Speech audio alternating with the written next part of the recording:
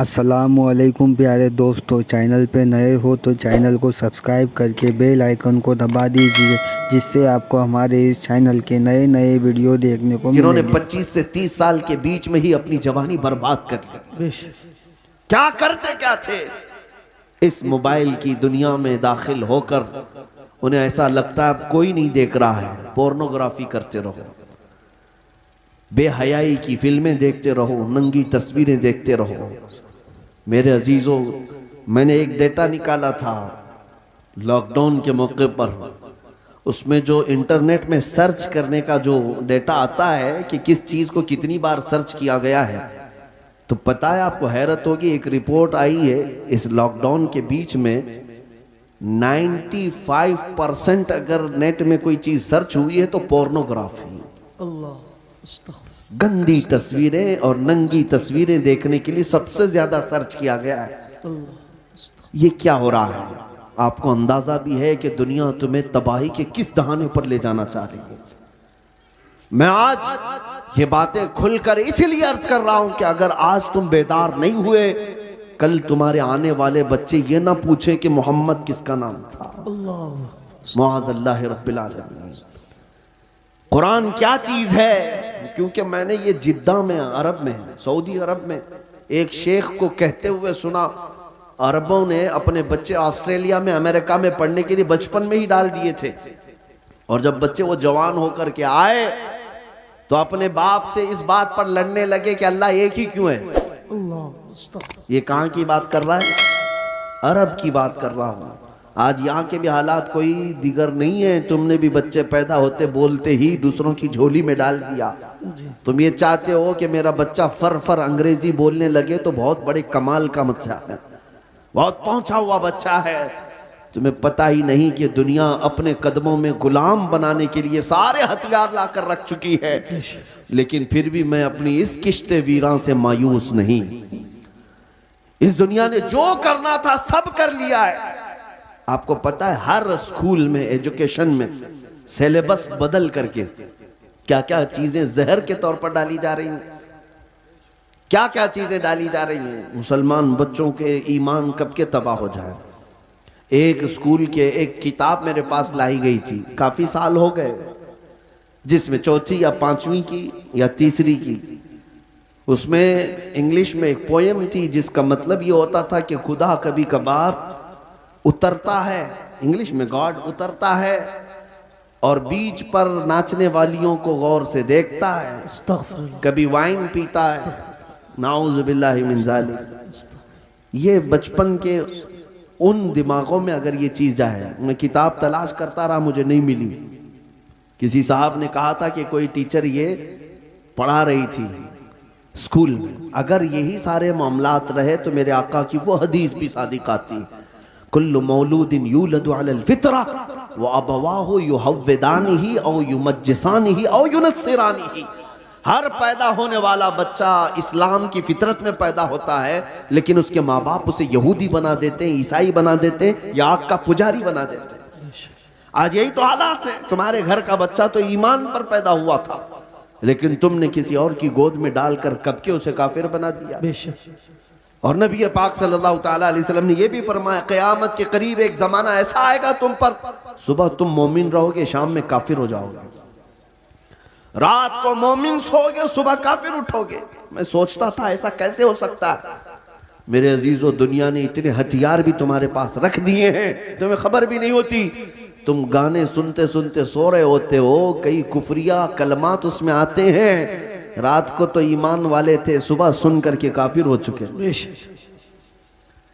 ये दुनिया जिसको तुम देख रहे हो, आला हजरत ने क्या खूब कहा, शहद दिखाए जहर पिलाए, कातिल डाइन शोहर कुश, इस मुर्दार पे क्या ललचाए, दुनिया देखी भाली है। ऐ नौजवानों, याद रखना एक वक्त आएगा जब हम सबको इस दुनिया को तर्क करके जाना है। इस बात का यकीन रखो कि हमारी सांसें रुकने वाली हैं। एक दिन हमें बांध करके ले जाया जाएगा। आज तुम मस्जिद में बुलाने के बावजूद नहीं आते, कल तुम्हारा कफन बांध कर, रस्सियां बांध कर इमाम के सामने लाकर रख दिया जाएगा। जिंदगी भर नहीं पड़ता था, लेकिन अब इमाम तुम पर पड़ेगा। और फिर जाओगे, किस सफर पे जाओगे बताओ, कहां जाओगे? कोई ऐसी जगह तुमने ढूंढ रखी है तो मैं तुमसे फिर बात नहीं करूंगा कि मरने के बाद मैंने एक सेफ जगह देखी है तुम्हारे पास? तुम्हें पता है जाना तो वही है जहां सब पहले वाले भी गए, बड़े बड़े वक्त के पहलवान, बड़े बड़े मालदार जहां गए, जिनके पास पैसों की रेल पेल ऐसी थी कि वो घर बैठे जो चाहते हासिल हो जाता, घर बैठे। तुम्हें पता है सिकंदर आजम एक बादशाह, दारा नाम का एक बादशाह, जब वो मर रहा था तो उसने एक वसीयत की थी, आधी दुनिया पर उसने हुकूमत की। अपने चाहने वालों से कहा कि जब मैं मरूं तो मुझे पूरा दफन करना, लेकिन मेरे दोनों हाथ ऊपर रखना, कब्र में इसको दफन मत करना। लोगों ने पूछा ऐसा क्यों? कहा ताकि दुनिया बार बार मेरे कब्र के पास आकर देखे आधी दुनिया फतह करने वाला भी जमीन पर खाली हाथ सोया हुआ है, कुछ नहीं है इसके पास। हमारे कफन भी जो बांधे जाते हैं ना, एक जेब भी नहीं रखी जाती है, रखी जाती है ना। हम अपनी मैयतों के सिराने एक सिक्का रखते हैं ना एक नोट रखते हैं। तुम्हें पता है हम उस दुनिया के सफर पर जा रहे हैं जहां पैसा काम नहीं आएगा, जहां दौलत काम नहीं आएगी, न फरिश्ते रिश्वत लेंगे, न बारगाहे इलाही में किसी और तरीके की कोई गुंजाइश तुम्हारे लिए निकल जाएगी दुनियावी एतबार से। अजीज़ान गिरामी वक़ार, जब हमें पता है कि हमें उधर ही जाना है तो इसलिए आज हजरत अनस रदी अल्लाह ताला अन्हु की हदीस मैं सुनाता हूँ। हजरत अनस कहते हैं इस हदीस से ज्यादा मुझे किसी और से खुशी ही नहीं हुई थी। क्या है वो हदीस? नबी पाक सल्लल्लाहु ताला अलैहि वसल्लम ने इरशाद फरमाया, अल मर्उ मअ मन अहब, इंसान क़यामत के दिन उसी के साथ होगा जिससे दुनिया में मोहब्बत करता था। बेशक बेशक। हजरत अनस से पूछा गया इस हदीस से आपको इतनी खुशी क्यों है? हजरत अनस कहते हैं इसलिए कि मैं रसूलुल्लाह से मोहब्बत, सुभान अल्लाह, इसलिए कि मैं अबू बकर व उमर से मोहब्बत करता हूँ, मेरा यकीन है कल क़यामत के दिन इन्हीं के साथ रहूं। नारे तकबीर, आज नारे रिसालत। आज है नौजवानों, अगर तुम किसी और के फैन हो, किसी और के पैरोकार हो, किसी और के मुत्तबे हो, तो तुम्हारे लिए तुम्हारी जिंदगी मुबारक।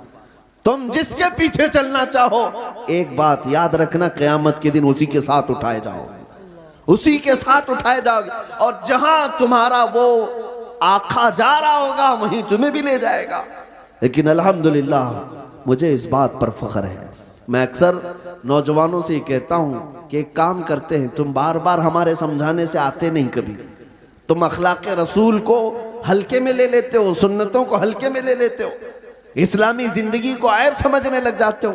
उन नौजवानों से मैं कहता हूं चलो ठीक है, मैं और तुम मिलकर एक काम करते हैं, मैं और तुम मिलकर एक काम करते हैं। तुम जिस फिल्मी एक्टर को या किसी हीरो को बहुत ज्यादा पसंद करते हो, उसे एक चिट्ठी लिख देना, उसे एक लेटर लिख देना कि मेरी जिंदगी खत्म हो जाएगी, मैं मर जाऊंगा, मुझे मेरे लोग कब्र में ले जाकर दफन करेंगे, तो आप जरा मुनकर नकीर से बचाने के लिए मेरे पास आ जाना। लिखोगे? नहीं। उससे लिख करके जाना और कहना सुबह शाम मैं तुम्हारी तरह से पहनता था, चलता था, खाता था, सब मैं तुम्हारी नकल करता था, जिंदगी भर में तुम्हारा फैन था, अब जा रहा हूं तो मदद के लिए कब्र में आ जाना। एक नौजवान से मैंने कहा तो हंसने लगा, कहा कि हज़रत ऐसी बात, क्या वो आ सकेंगे हमारी कब्र में? कहा तुझे नहीं मालूम, जब तुझे इतना मालूम है कि वो न आएगा न मदद करेगा, लेकिन मैं अपनी बात जरूर कहूंगा। तुझे मैंने चिट्ठी लिखने के लिए उसको कहा, मैं अपने नबी पाक को लिख कर जाता। सुभान। या रसूल अल्लाह, मैं आपकी हर अदा पर अमल करने की कोशिश करता था, आपकी तरह खाने की कोशिश करता रहा, सुन्नतों पर अमल की कोशिश करता रहा। अब मैं जब दुनिया से जा रहा हूं तो ए रसूल मुख्तार सल्लल्लाहु ताला अलैहि वसल्लम आप तशरीफ ले आना। ऐ नौजवानों मुझे बताओ, क्या नबी पाक को अगर कोई दुनिया में ये बोल कर जाए तो अल्लाह के नबी कब्र में आएंगे कि नहीं आएंगे? बेशक। बल्कि हुजूर ताजुश शरिया ने लिख भी दिया, ये तो मैं मिसाल दे रहा था आपको। हुजूर ताजुश शरिया ने लिख भी दिया और अपने नबी से ये कह कर के भी गए, या रसूल अल्लाह मैं मरूं तो मेरे आका, ये मलाइका से कहना, आए है मैं मरूं तो मेरे आका, ये मलाइका से कहना, इसे कोई मत जगाना, अभी आंख लग गई। अरे दोस्तों, अगर आपको ये वीडियो पसंद आया है तो चैनल को सब्सक्राइब करके बेल आइकन को दबा दीजिए, जिससे आपको हमारे इस चैनल के नए नए वीडियो देखने को मिलेंगे।